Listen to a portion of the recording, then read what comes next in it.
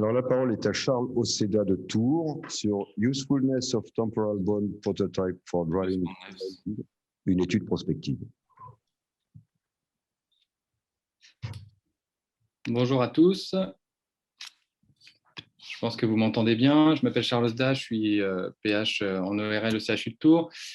Cher président, chers membres du jury et chers collègues, donc je vous remercie beaucoup de me laisser l'opportunité de parler de notre travail dans l'équipe de Tours qui concerne l'utilité d'un prototype d'os temporal pour l'apprentissage de la chirurgie au fraisage. Il s'agit d'une étude prospective et multicentrique qu'on a réalisée avec les équipes de Montpellier, de Toulouse, de Paris et qui a donné lieu à une publication dans le journal Clinical Otolaryngology. Comme vous le savez tous, l'expérience chirurgicale joue un rôle majeur dans la réussite d'une intervention. Aujourd'hui, acquérir cette expérience chirurgicale peut être difficile, notamment en raison des contraintes de bloc opératoire. Pourtant, la HAS en 2012 a émis des recommandations qui disent de surtout ne jamais effectuer la première fois un geste sur un patient et d'avant passer par des simulateurs.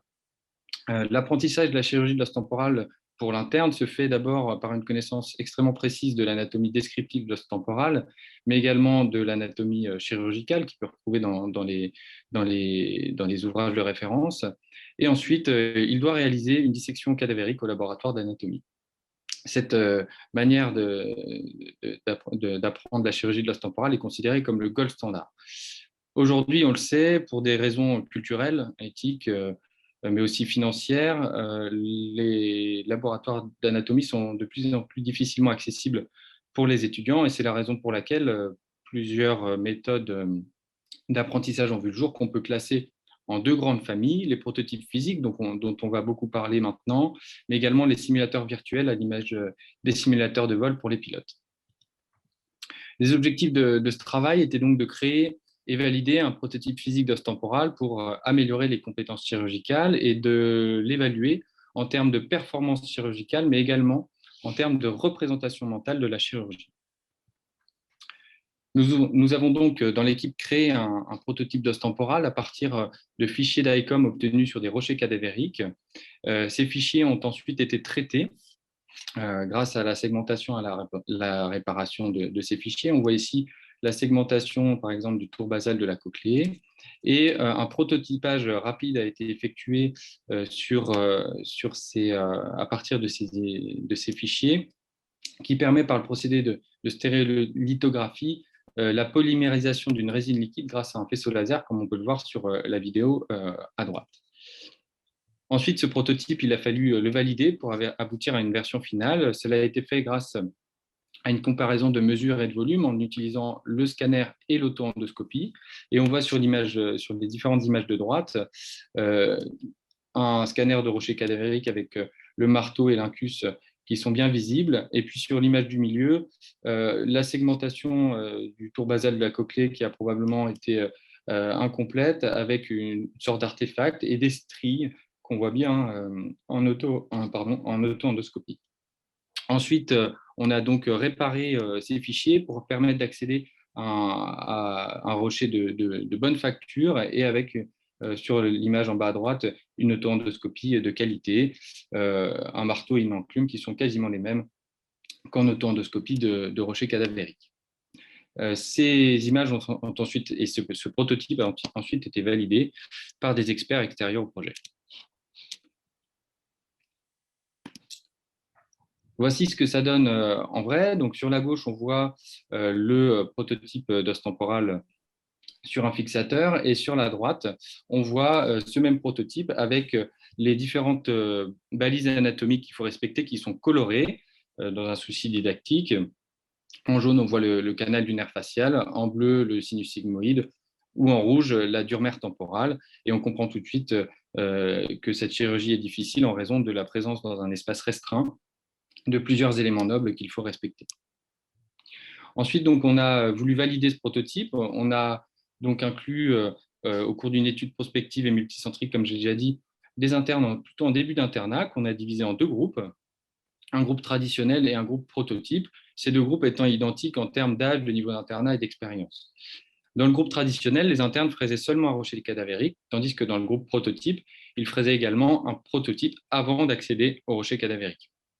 Ensuite, on évaluait leur performance chirurgicale, donc en termes de performance pure, grâce à une échelle validée qu'on voit en bas à gauche, mais également en termes de représentation mentale de l'aire de mastoïdectomie, qui est un très bon indicateur de la performance de l'interne et de sa connaissance de l'anatomie chirurgicale. On voit tout de suite que les résultats sont sans appel. Sur l'image de gauche, on a donc le résultat en termes de performance chirurgicale, avec en noir le groupe traditionnel, en bleu le groupe prototype. Et on a une amélioration statistiquement significative des scores chez quasiment tous les sujets. On a également une amélioration de la représentation mentale de l'aire de mastoïdectomie dans la condition après fraisage par rapport à la condition avant fraisage. Et on en a un exemple typique sur le bandeau en bas de l'image, où on voit en A donc, une représentation mentale de mastoïdectomie qui est assez limitée, qui est celle d'un débutant. En B, le fraisage du prototype d'os temporal. En C, la représentation mentale au milieu de l'expérience. En D, un os cadavérique qui est bien fraisé. Et en E, une représentation mentale bien large qui va bien vers le processus zygomatique, qui est quasiment la représentation mentale d'un expert en otologie.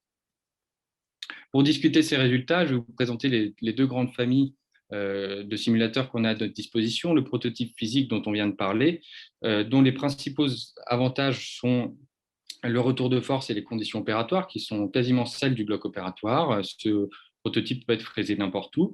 Il permet la mise en place d'un plan, comme on peut voir sur l'image en bas à gauche, on voit un implant d'oreille moyenne qui est serti sur la branche longue de l'enclume.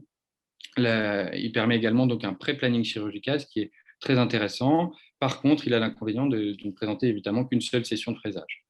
La simulation virtuelle, par contre, a l'avantage indéniable de proposer une procédure illimitée, mais le retour de force, de même que la vision tridimensionnelle, sont assez limités. Ce genre de simulation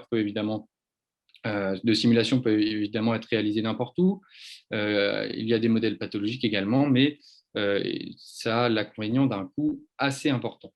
En fait, on n'oppose pas ces deux familles de simulateurs. On pense, nous, au contraire, qu'elles sont complémentaires, qu'un très jeune interne doit d'abord commencer par une simulation virtuelle, répéter des procédures, avant de passer sur un simulateur par prototype physique, et enfin sur un simulateur cadavérique, comme je vous l'ai dit.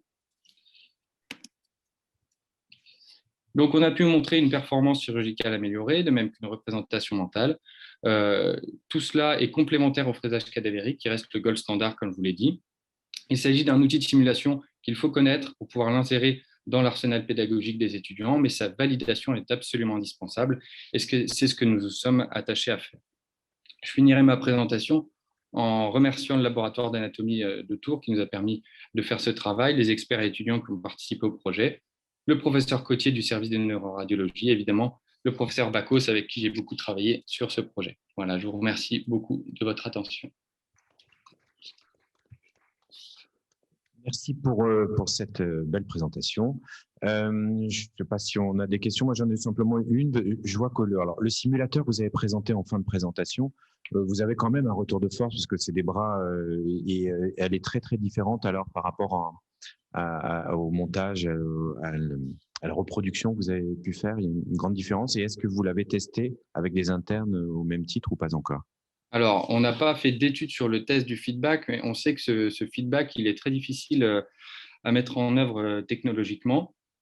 Après, les internes disent bien, enfin, dans notre service, par exemple, les jeunes internes se testent sur la mastoïdectomie virtuelle avant de fraiser un prototype. Et ils disent bien que le retour de force du prototype est bien meilleur. Vous avez parlé du coût de ces simulateurs, effectivement, c'est une question, mais est-ce qu'il y a eu des travaux sur les amortissements de ce type de matériel? C'est-à-dire que les bénéfices qu'on peut en attendre, et finalement, également sur le plan financier à long terme, donc l'amortissement du matériel. À ma connaissance, il n'y a pas d'études, par exemple, médico-économiques qui ont été mises en place pour vérifier ça. Mais on sait très bien que les erreurs chirurgicales coûtent extrêmement cher à la société. Et nous, ce qu'on pense, c'est qu'en améliorant les compétences chirurgicales et du coup, en espérant diminuer le taux de complications, évidemment, on est parfaitement dans les clous et on améliore les coûts d'hospitalisation de nos patients. Juste un mot du coup sur le coût des simulateurs. Un simulateur virtuel peut coûter de plusieurs milliers à plusieurs dizaines de milliers d'euros et le simulateur physique coûte entre 150 et 200 euros. Attends. Donc, appris dans un cas et pas dans l'autre. Merci. Question de Jean-Claude Coffinal. Oui, Dernière juste question. une petite, un petit mot sur l'évaluation de la représentation mentale. Alors, vous donner une petite explication sur l'évaluation, sur son évaluation. Alors, c'est assez simple. Donc, on a utilisé les travaux du professeur Graielli qui avait déjà travaillé un petit peu dessus. On a mis en place un schéma et on divisait en fait l'aire de mastoïdectomie en différentes zones. Et ensuite, en fonction de ce que répondait l'étudiant dessinait le schéma sur une photo de rocher temporal. On évaluait si oui ou non les zones de division étaient incluses dans le schéma représenté par l'étudiant et on obtenait un score en fin d'évaluation. Très bien, merci beaucoup. On passe à la communication suivante.